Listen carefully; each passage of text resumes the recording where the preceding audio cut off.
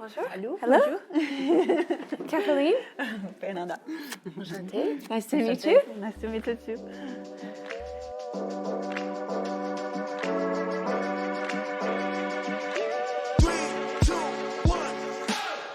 Welcome to Cross Paths, the brand new UTMB World Series podcast. Each month, two trail runners, one elite and one amateur, will meet and discuss what trail running means to them. In their conversation, they'll also reveal what drives them in life and how they express it on the hills. They will share their common passions, interests, beliefs, and get to know each other along the way. And so will we. In the second episode, we welcome Brazilian ultra runner Fernanda Maciel, who has finished in the top 5 at UTMB Mont-Blanc numerous times. Fernanda is joined by Caroline Egan, a freelance photographer from California living in Annecy, France. The two dynamic outdoor lovers share how their families brought them to trail running and also somehow to France, where they both now live. They spoke about the energy that sport gives them as women, what it feels like to push boundaries, and how food and making good chocolate can change your life. We hope you'll enjoy this privileged moment where they crossed paths. Hi, Fernanda. Hi, Caroline. So, you're Brazilian. You're 43 years old. Something that I found was really interesting because I'm 39. And often I feel like in today's society, people really glorify younger, right? So for me to find out you're 43 and you've had these accomplishments, I was just totally starstruck, like, wow, cool, someone very relatable in age. You live in Chamonix. You were a gymnast, which I thought was also interesting, and I'm curious to know at what age you started, but I'll ask you later. You did jiu-jitsu, and then you moved into doing trail running. And then you're also, or were, an environmental lawyer. Yes. And worked for Outward Bound. In the States, Outward Bound is something that I've had friends do. So I was really passionate about knowing more about that. And you are a lover of the outdoors and nature. So when I was reading about you, that's one of the things that really I gravitated to, was that how much you loved nature, and it came out in everything that you projected online. That's super important because you obviously are on the trails and outside all the time. And then basically, is there anything that you don't do? Well, a lot of things I don't do, and I have some defects also. Okay. So it's thanks so much for your introduce. So what I know about you, just to make sure it's the first time I see you, but what I know about you, that you are also outdoor and a nature lover. You are a freelance photographer, what for me is super interesting. You love to cook, and you are a digital creator. And you are from US, so also from America, and you live in Annecy, so now in France. Yeah. So you met your husband, no? That he's French. Yeah. And this is why now you live in Annecy. And you have a baby, 18 months. So so it's amazing that you are this also old woman, and like me, and you love to run on nature, and you were practicing golf. Yes. What for me is super interesting because I tried also. Did you? Yes, but I was the worst. And so it's super good for me to be close to you and to know more about you. And also that I know that you would like to do UTMB Mont-Blanc. I would. One day. Or like also a Ironman.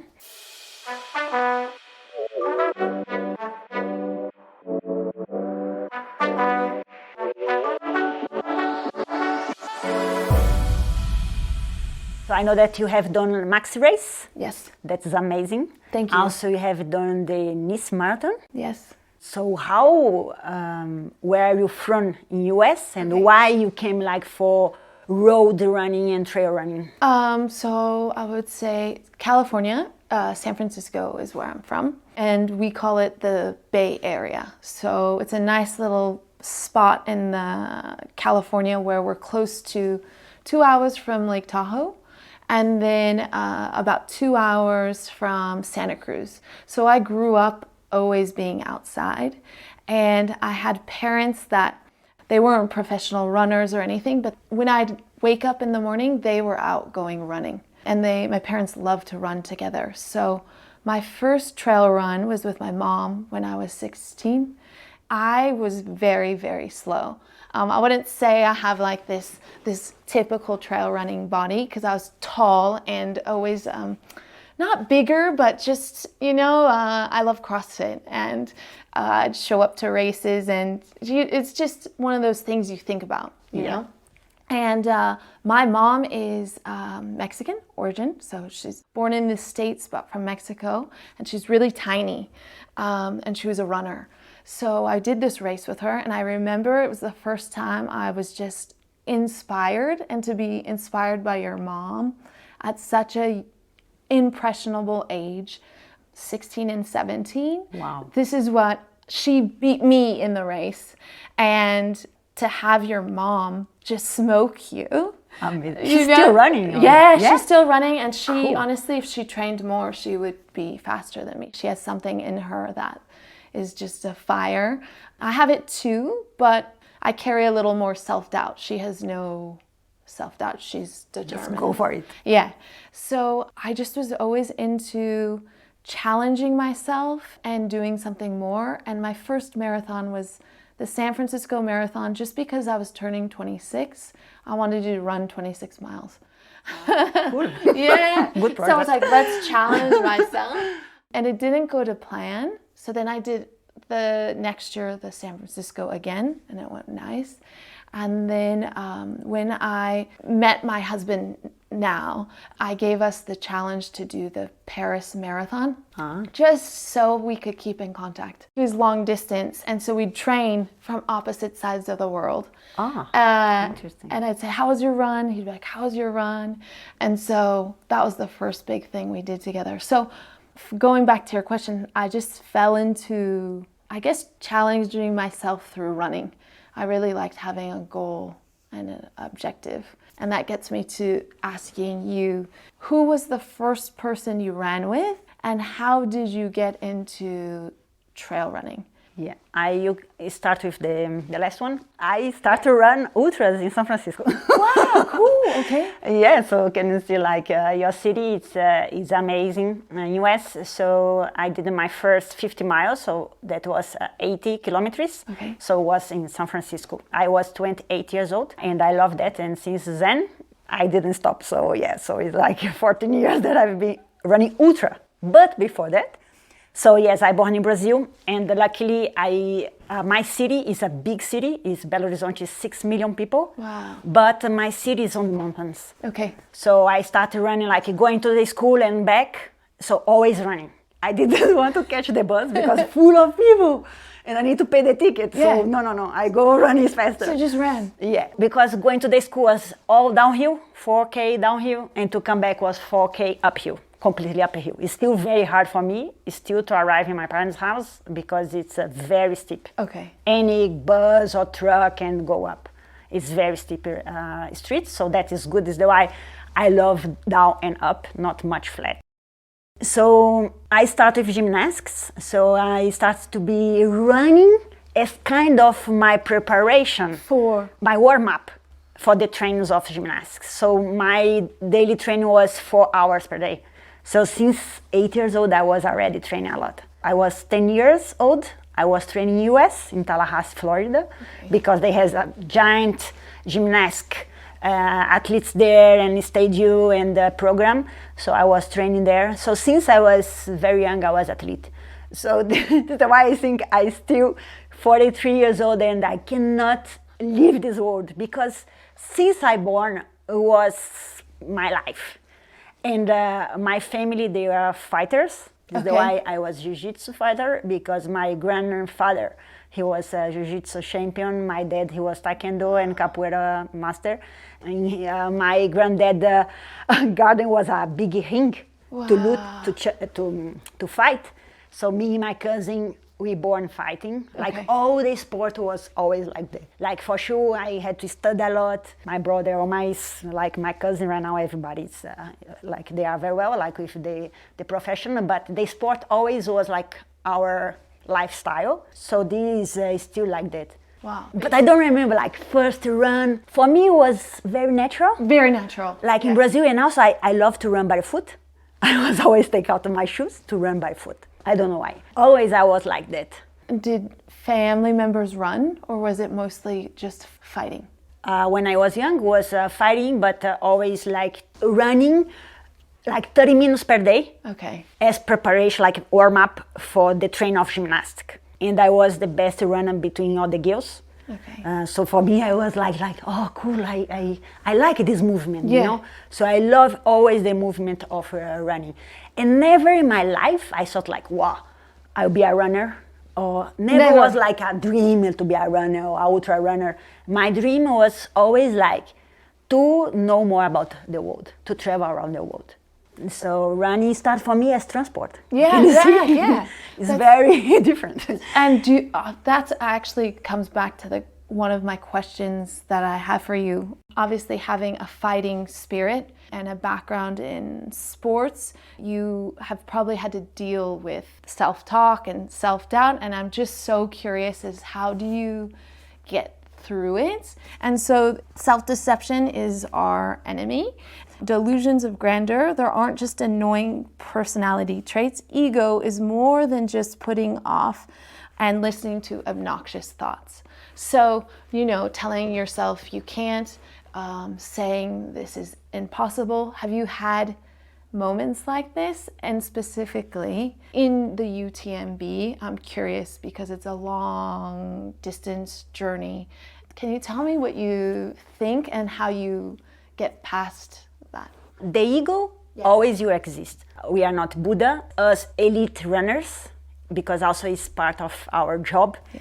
So sometimes you have this outside pressure or inside pressure that you need to win or be in front always and not give up. But once you have been reading a lot, I've been doing 14 years of therapy.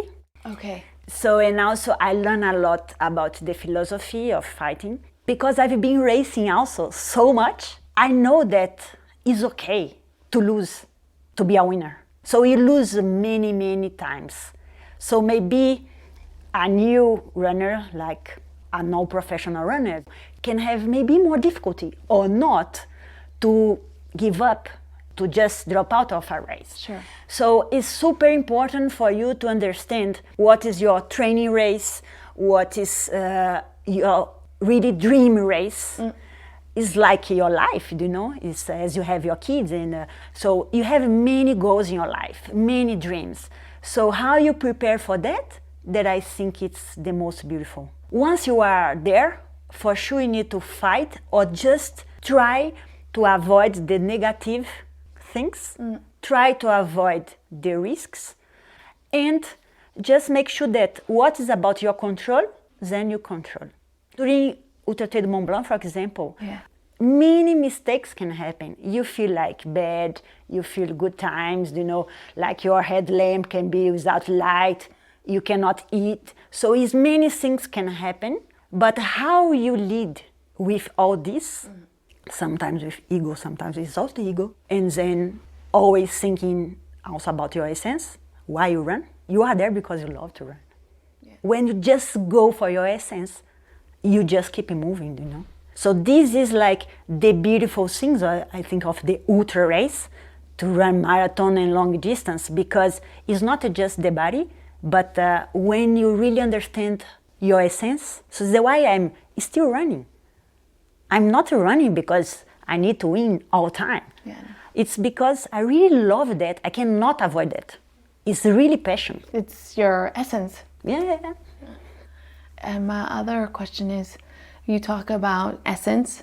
What is your next objective, dream to accomplish? Well, my biggest dream is to be until 90 years old, like able to run. Okay. So for me, this is a giant dream. Yeah. So I really hope to be healthy, especially because I had an accident 2 years ago. It's a traumatic brain injury, and then I still going through this. And because I can run, for me it's like really a gift. This is why it's a big dream for me, because I love running. So the other dreams is like to keep doing some ultra race, because I really learn a lot when I do ultras. And right now I have a project that I'm running highest mountains in each continent. So I've been running 4 mountains now. In 2 months I go to Denali. So it's in Alaska. It's a very big mountain. So for me, it's still running. It's good for me because I just change my way to training. It's still long distance. Okay. It's still running. But now I run like with carrying so much weight, doing like also running high altitude was super hard for me because I hate to walk. I hate to be feeling turtle. Yeah, it's funny. Turtle is like my favorite animal. Yeah. But I hate to feel this movement that you have in high altitude. I really feel shit slow. And then when I see the other people that they go very, very slow, and I said, okay, I'm fast. But I hate this feeling, but that I learn a lot, you know? Okay. That it's okay, and I try to push more. So I like this kind of sport that I need to push, you know? I really like to suffer, I think, like this kind of like sports, you know? Okay, so the suffering is where you feel alive, maybe? Do you like? Yeah, not because I think because I'm out of my comfort. Okay. And then I start to observe how I feel about my thoughts, and I can be like trying to keep calm and change this, you know, to be focused in the present. And you, what is your like next goal? It changed after I had my daughter. Yeah, I can imagine. I would say basically the hardest thing for me was like change in body for women after having a baby. I had a urgent cesarean because she was super tiny, and that was pretty intense. So the preparation after, it's basically like a ab surgery. So for me, I couldn't move really how I wanted to for about 6 months. 6 to 8 months, and maybe for some people it doesn't seem too long, but for me it was, I had a bit of a just how can I move slower and still be happy? And this is kind of what you just said. I had to really learn to be okay walking with my running stroller. So now that experience shaped my goals for the future. I'm so inspired by just long distance. So I've done the 42K. I would love to do the UTMB. I like having a goal that that kind of feels unachievable in a way. If I put it out there, I know that I'll learn a lot from it.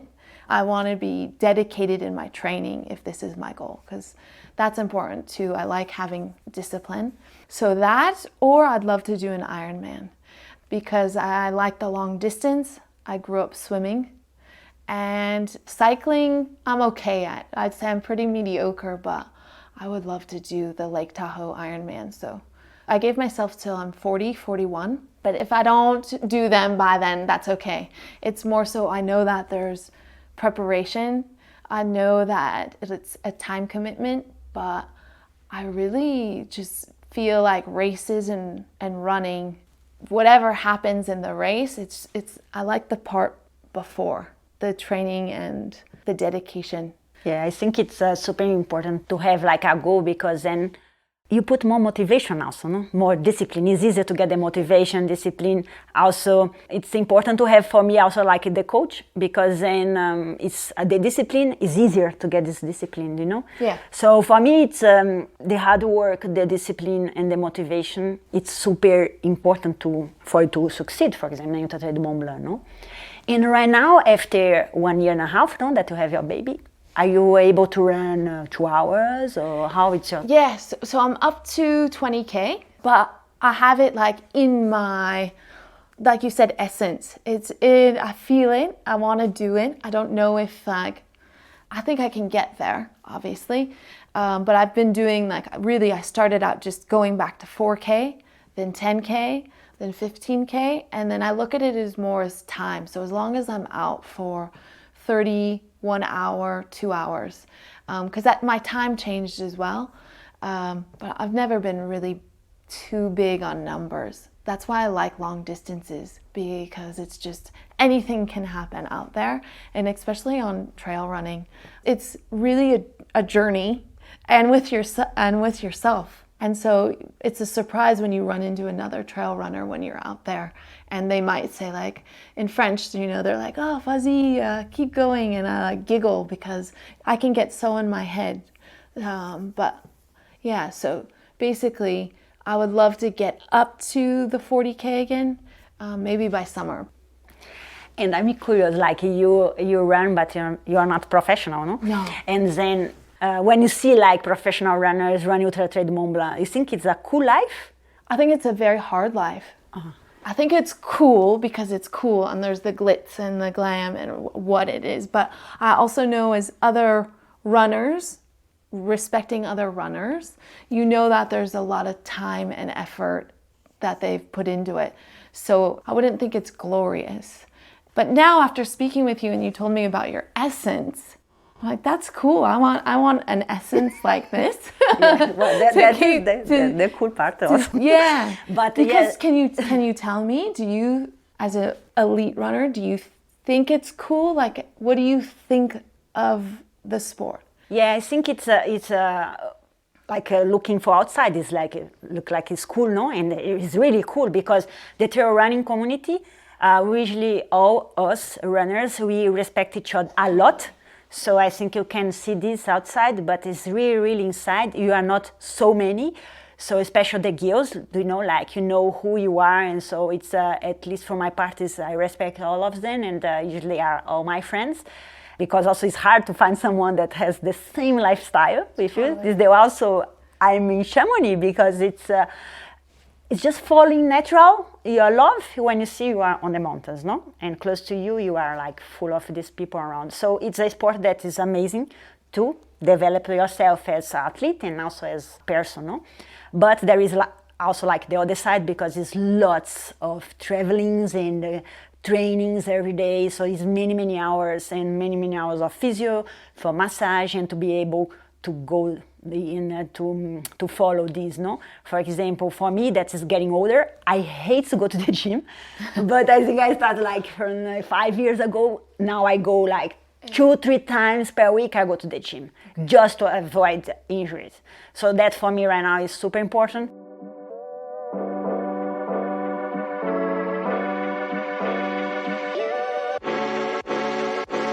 I froze my eggs. Okay. So I can have a baby. Okay. So because I didn't want to have to be pregnant before. Okay. And also because I divorced, so it was like. Yeah. And then so it's cool for me that also I know that when I was 8 years ago, I froze my eggs. I think this is super important to say because Totally. I know that many runners.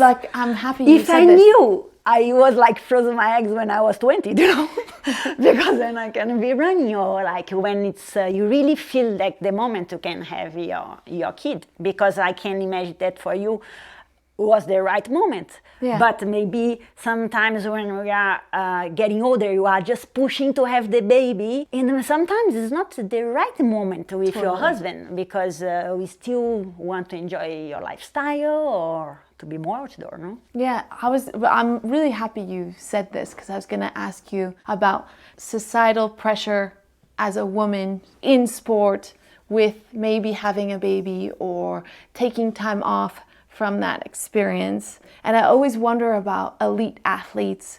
So you can confirm, I don't know, but all my friends, they have kids, they said that after the kids, they are stronger? Stronger Yes, okay, and so- stronger. And I really want to test that. So I really hope you test this. Okay. I hope that I get to test this. And even when I found out like just similarity in age, okay, when thinking about having a baby, I had a lot of people say, Caro, you're 36, you're 37, you're older. And I never thought of it that way. I even had a really great doctor say, don't worry, don't put worry out into the universe. And I loved this mentality. I think it goes to sports as well, because right now I feel stronger than I did at 22, 23 in like brain. And yes, it took some time after having a baby to build up the miles again.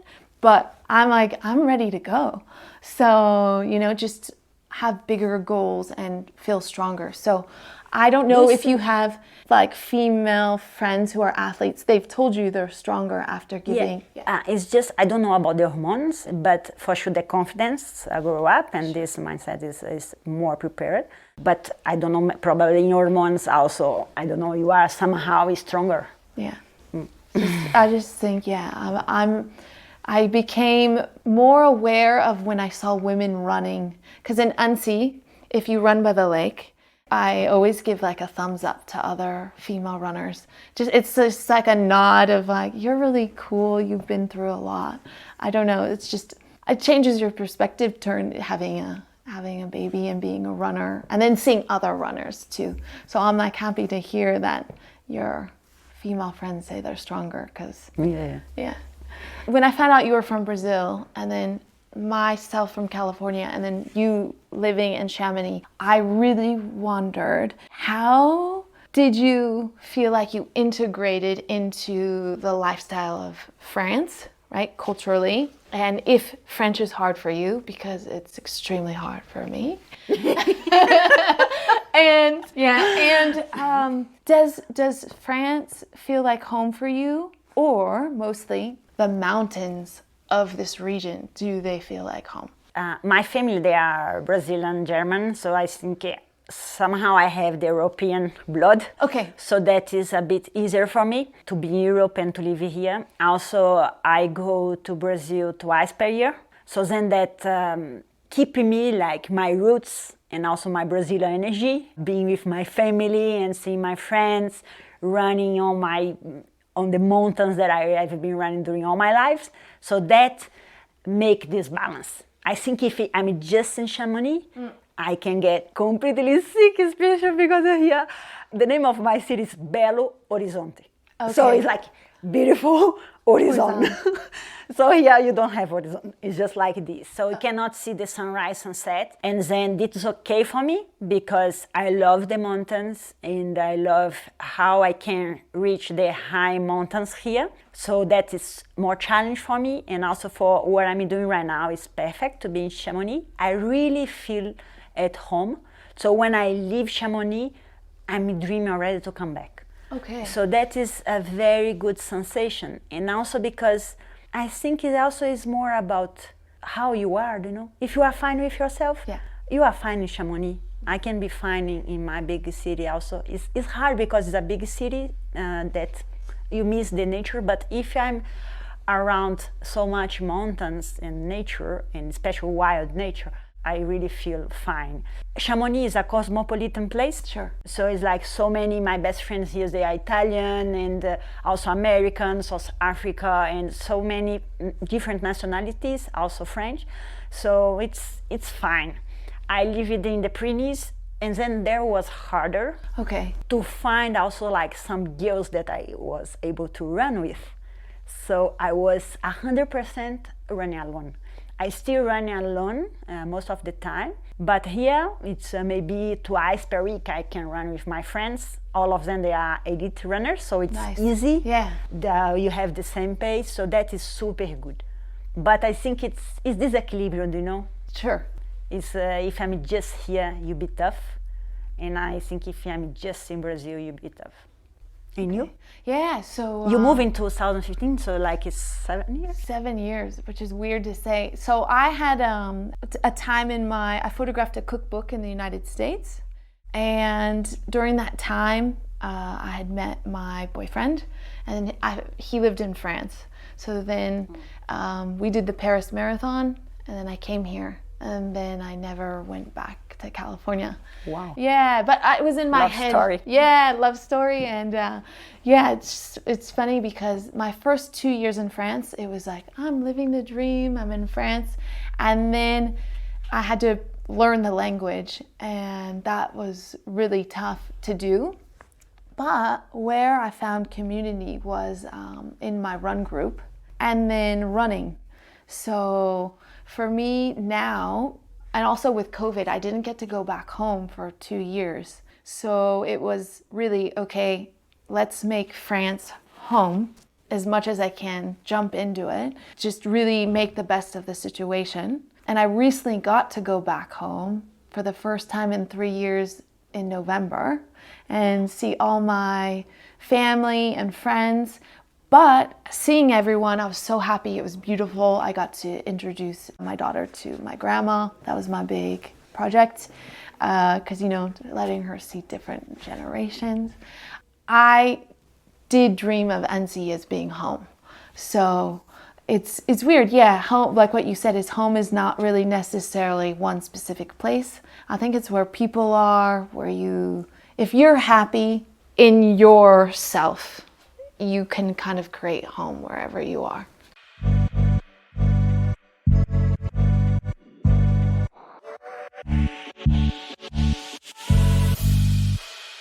So yeah, home and food. If you have food, you're home, right? But have you heard of chili rellenos? No. They're stuffed chilies with cheese. My grandma makes this dish, and when I went back in November, I had like 7. I just was like, I'm going for it. I'm just gonna enjoy this moment. And Me too, I drop in São Paulo and I just get my big bowl açaí, because always in Brazil you have like this big bowl of açaí. It's kind of this ice cream with these blueberries that is the açaí. And wow, with granola and banana, I can eat 1 liter. And for me it's rice and beans. So like the Brazilian food is like daily life is white rice and black beans. So I love that. So, but I can do here, like not the black beans, but I can still have some beans. A version. So it's not like, but really when I go to Brazil, I get like these black beans, 1 plate, and my mom is like, it can be cold. Yeah, like, it's whatever. So funny. It's so funny. So that actually was one of my questions was, after a big race, what is your after race meal? Like the meal that is problematic because after ultra race I cannot eat. Okay. Is I really? Yeah. It's funny because during all the race I'm dreaming, no, you have this and this and this. Sometimes it's pizza. I don't know, because I never eat pizza. I don't eat cheese, but sometimes after the race I have that pizza, but no, I eat like maybe 1 piece and I cannot eat more, otherwise I vomit. It's like after so many hours that is the ultra is hard for the stomach. So do you wait a week? And yes, like when can you really like maybe enjoy 3 days later it's good. Then you start like to be starving and then you can eat. Okay. But then it's more fresh. Really want like lots of salads and vegetables. Is how my body wants. There is more like this. Sometimes you dream with the ice cream and pizza and this, but really when I finish the race, like not. So after I'm like again for the fresh foods. I don't like so much sweet, and I don't drink alcohol. So it's not I dream with the beer or more like lemon juice. When I run, I dream with lemon juice. But here they don't do the natural lemon juice as you have in Brazil. It's the syrup kind of. Well, no, like in Brazil they have this. Here, luckily I can buy the import. This lemon super acid from Brazil. So I do like this lemon. Lots of ice is good. Nice. Yeah. So do you have a guilty pleasure food? Something you eat that you're like, No. No? Okay. I don't eat red meat, but no, I'm fine. Okay. I don't feel that I need to avoid it. Yeah. So same here. And I think when you do like so many years of diet, not eating so much sugar because I don't like and I don't eat, I think it's natural that after your body just don't look for that.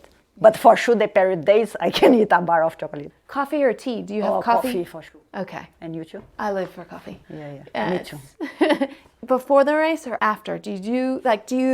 During, before, after, always coffee. I wondered, because some people are like, oh no, I don't do coffee during races. All right. Oh yeah, shouldn't do coffee.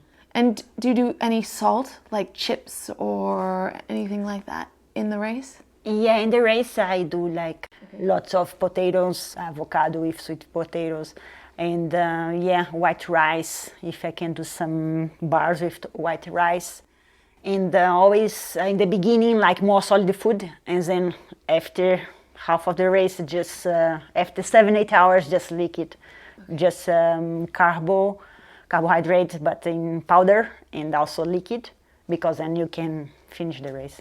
Yeah, it's hard for so many kilometers and miles to be ingesting like solid food or like bars or gels. It's hard. The nutrition, you really need to be testing what is good for you during your training. But I think also, because this is part of the ultra, no? Like also not just, this is why I think getting a nutritionist just before your race and to be training with the diet and making like a very nice diet for the race is super important. Do you have any race superstitions? For example, before a race, I would paint my nails. Like even today I was nervous, so I put a smiley face. Oh, cool. You see, and I was like, oh, like one of my friends said, Caroline, are you really going with a smiley face on your nails? I'm like, yeah. Do you have like a race tradition or ritual that you do before? Yeah, usually I paint my nails also. Really? Yeah, and for me it's 1 week before I just focus a lot in meditation. Okay. So I start like not just trying to really be focusing on meditation, and that is a rule for me, just to keep it down myself and focusing myself. I never try to see who's the other runners, they will be there. Just really to be between myself and think about the mountains. I think this connection for me it's super important before. Otherwise I think I lose my energy. So I learned, the name is Vipassana meditation. Okay. I learned this when I was 26 years old. So since then, I always practice. But before the race in this tapering week, I do a lot, just like lots of hours of meditation. And then this helped me a lot. And do you feel like during the race, it's somewhat meditative? Like, are you in a specific zone? Oh, yeah. Yeah. Because I didn't want, I'm always in this meditation. Okay. If you ask something, I can't answer. Yeah. Because I'm tired, and also I think it's natural that so much fatigue, you are just observing your thoughts and like focusing your breath. I think this is also like a way that the ultra bring to you, you know? Sure. It's amazing. And when you were in Antarctica, did you use the same technique of meditation in being in elements that are extreme? Yes, especially for example when the wrong things happen.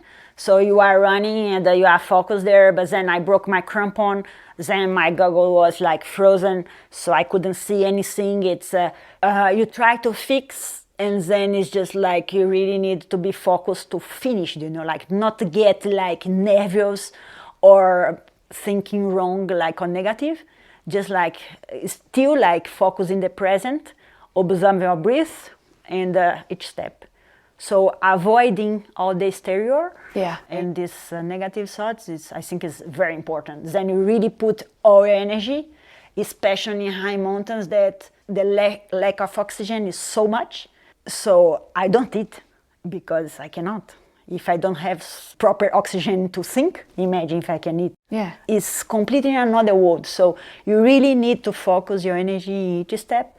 So having this background of meditation and how to focus and not lose any energy, any thought, I think is super important to succeed there, to not lose your energy. You know? It's crazy to explain, but it's a bit of energy that if you lose the thoughts or whatever, or like a stress. Yeah.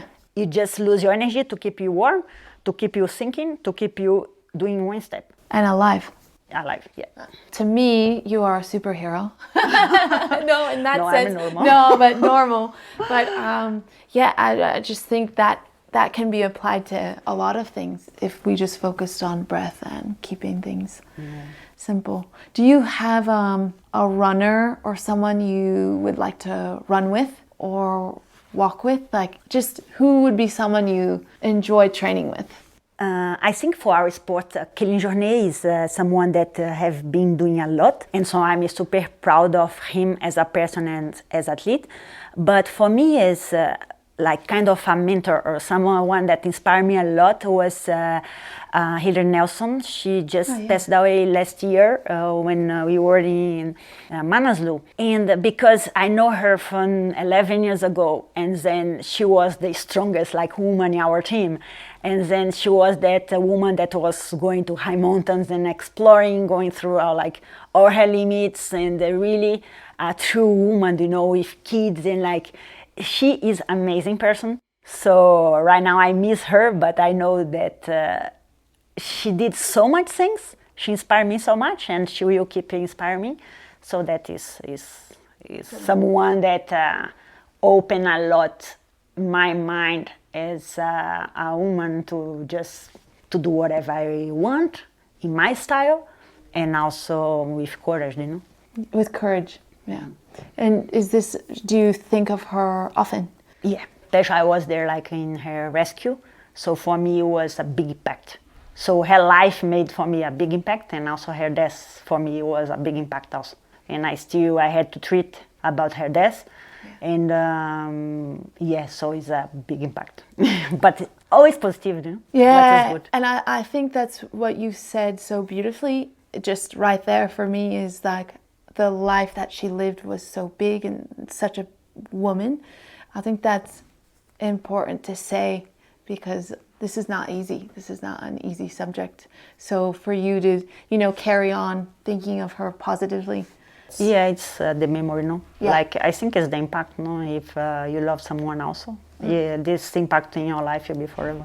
And you? Positive. You have someone that you inspire you always? I just would love to run with my mom again.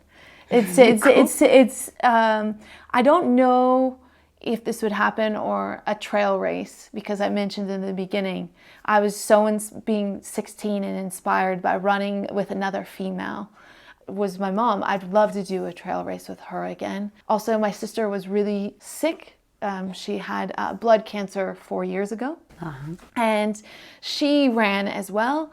So to run with her again would be incredible. Even just doing a race, a trail run as a family, I think that would really be phenomenal. But maybe you can find a race that you can treat both of you, that you can race together. Yeah. And then you'll be super cool. Yeah, they would just be like a family memory forever. And then I'd say what you said, Kylian Jornet. I would just love to run alongside of him to see how fast he runs. Engage my speed. And then I'd love to run with you. That was going to be my last question in the podcast, do you have a random question? I was going to say, do you want to run with me? Yes. Yeah, one day. Yes, I don't know. for sure. Just tomorrow I'm going to Annecy tomorrow. Are you really? Yeah, I need to run, but with lots of professional runners and triathletes. But if I still have energy, we can tell me, because mine would just be a mellow, easy perfect. pace. For So me, funny. it's perfect. Yeah, I'm in Annecy tomorrow. I live there. Yeah, cool, awesome. Cool. Around the lake, if it's not snowing or raining. Yeah, I mean, it's just beautiful. This is where, but it's flat. And you said you didn't like... No, but it's fine, yeah. Yeah? Especially Cool. because right now I've been doing lots of uphill hills. It's good to be in flat sometimes. Cool. What's a big passion outside of trail running for you? I think reading books. And it's still challenging because after the accident that I had, it's interesting that, and it surprised me that after 2 months I was able to come back to run. But just after 1 year and a half, I was able to read again. So it's still hard for me because I had this cardiovascular dysfunction, vision dysfunction. So when I need to focus so much my eye in one word or one point, I feel this big pressure in my brain, and then I feel the tiredness on the brain.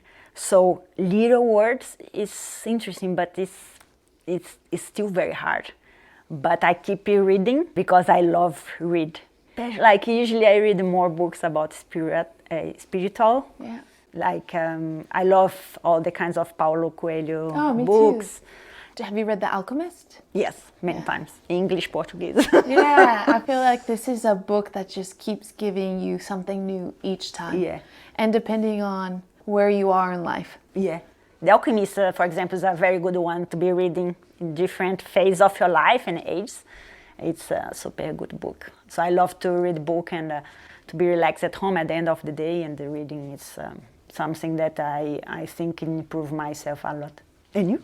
Yeah, passion, cooking, and then swimming. I'd say swimming in the lake. Those are my two passions. When I'm in the lake swimming, I feel the most free. It's just, I don't know if it's the water of Lake Annecy, but there's just something there. Like if I've had a bad day and I go swimming, I feel like new. So I would say definitely swimming's a passion, and teaching others how to swim. That was a passion in the States for me because I was a lifeguard before. I loved teaching kids how to swim and giving them just a new sport to do. And this is one thing that people, they don't know, but my family, they were very rich. Okay. And then I had many houses and apartments, cars, and then my dad, he got sick. And because I learned with my grandmother how to make chocolates, I did all my life chocolates. So I started to do like my own business when I was 14 years old. Really? I was doing like trufa, called bonbon in Brazil, with strawberry inside, the walnuts, bonbons with chocolates, and the coconut chocolates, and croquant chocolates, and like many kinds. For weddings or big parties, so I was doing like 6,000 chocolates, so all my house was chocolate. It's crazy. So I paid my law university with all the chocolates. Yeah.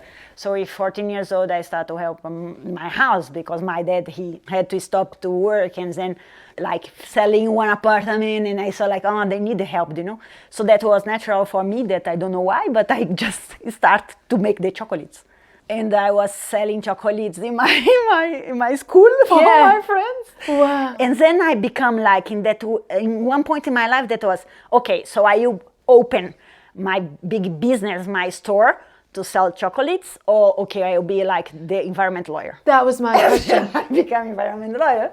So never more chocolates, but I think this is why I don't like much chocolate. Yeah, because I made so much. No, but that's chocolate. what you My house was smelling chocolate. And it's funny because the people, they come to pick up the chocolates in my house.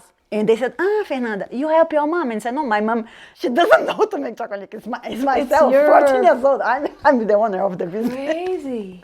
Yeah, so that's about cooking. So would you... But I'm not a good chef. No? Just patisserie. Would you ever do it in the future? Yeah, I think it's cool. Definitely, especially in this area. Yeah. I love knowing new facts about you, and the fact that chocolates paid for school. Yeah. And also university. Wow, that's amazing.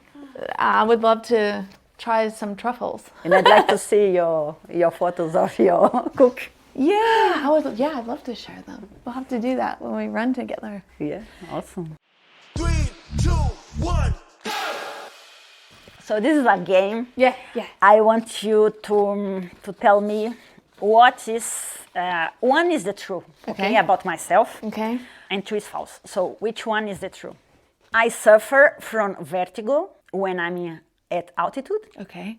I haven't watched TV from the last 17 years.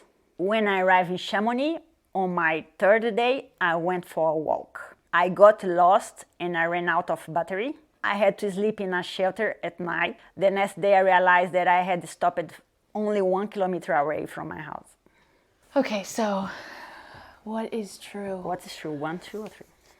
Okay, this is the only reason why I'm picking number 1 is because I feel like you meditate and you control your breathing. So maybe, is number 1 true?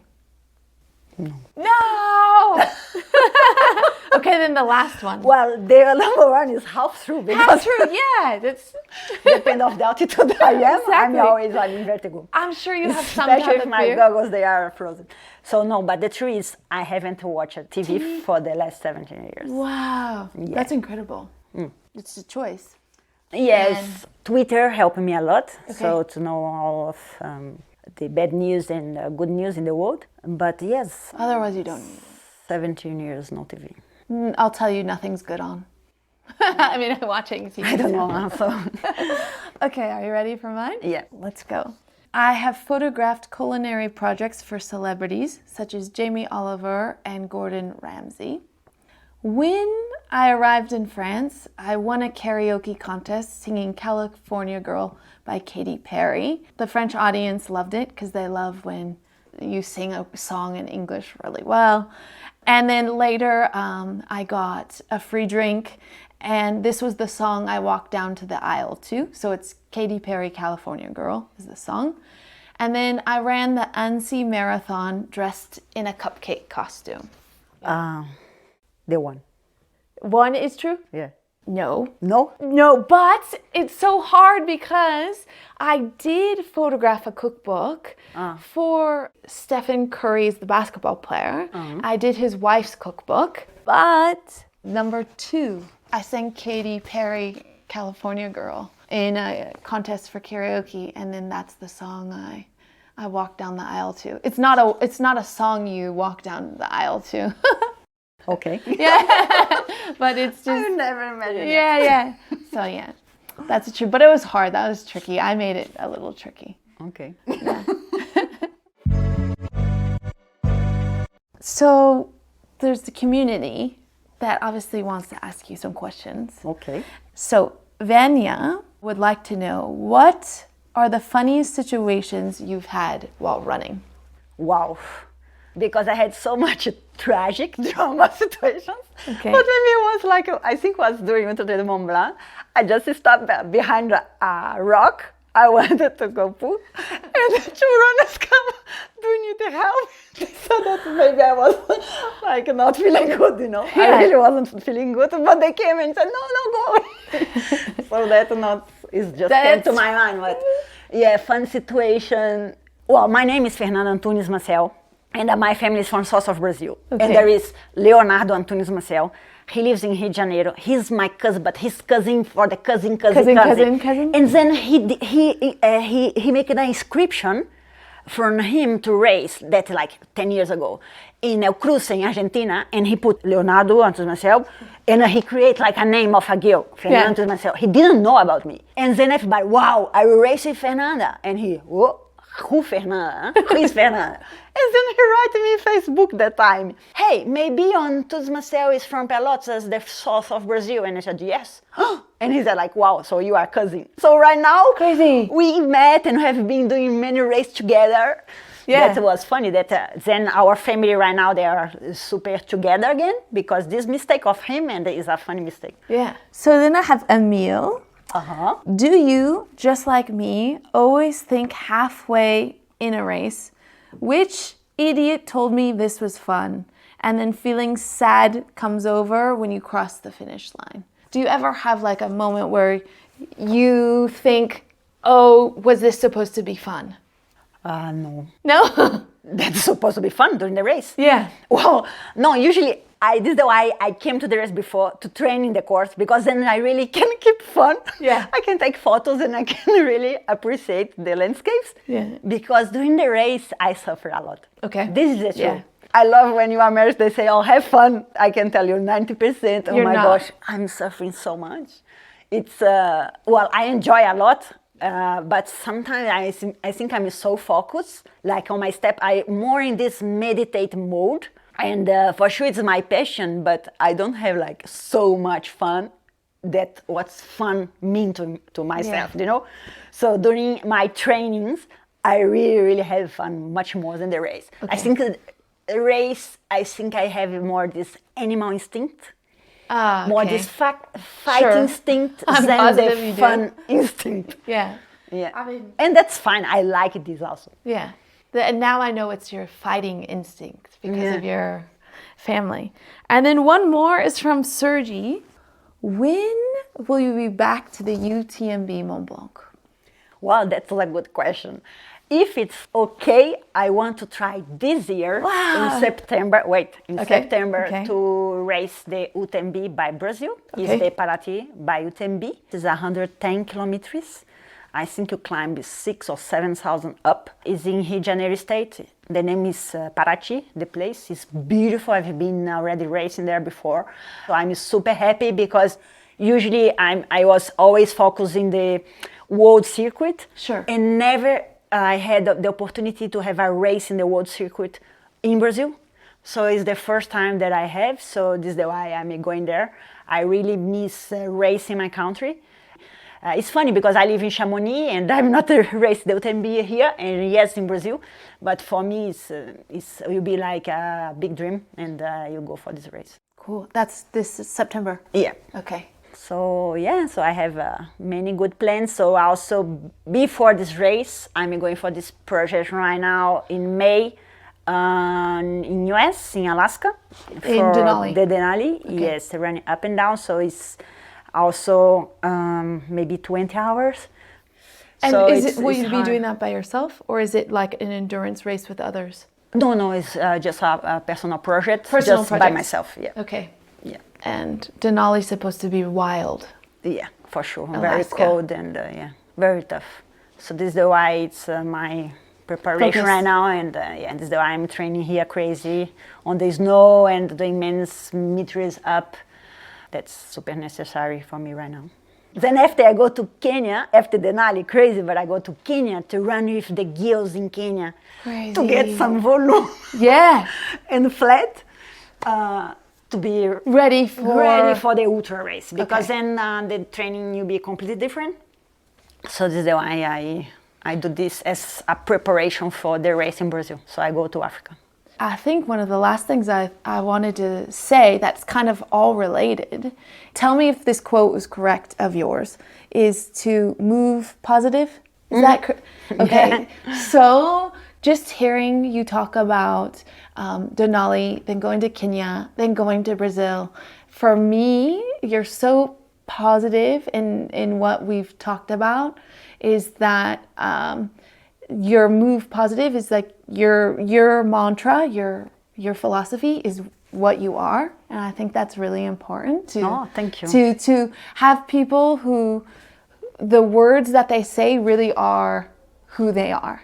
So it's really, I feel really lucky that I've got to have this conversation with you, because am I allowed to say like badass? yeah. You really are, and You too. Yeah, but just I think I feel lucky to have this conversation with you, and I brought you a little of something. This is a photograph I took of.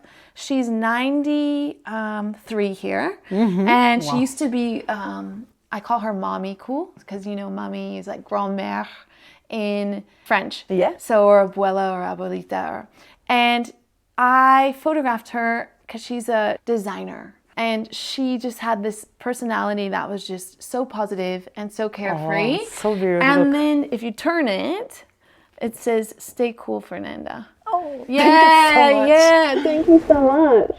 Amazing to know more about your story, and for sure I want to know more. Yeah, and then Thanks maybe so much. we'll run or something. I don't know, but I'm rooting for you. I want to Just be stay like her, cool. but running. Like she has already the shoes, so that is awesome. Yeah, right?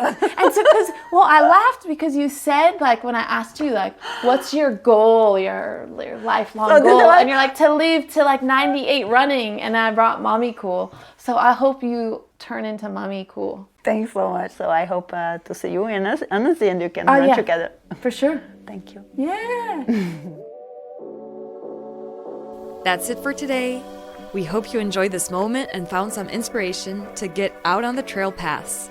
If you did, please give us 5 stars on Apple Podcast or Spotify, and share it with a friend, a colleague, or someone you just crossed paths with. If you don't want to miss the next episode, subscribe to the podcast and follow at UTMB World Series on social media. We will be back next month for a new extraordinary meetup. Stay tuned. Do we get like clapped again?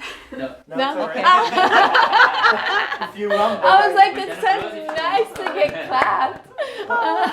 if you want to make the clap, go for it. Okay, I'm gonna just do it because it's so funny. We went off script. Super. It's just really easy to talk to you.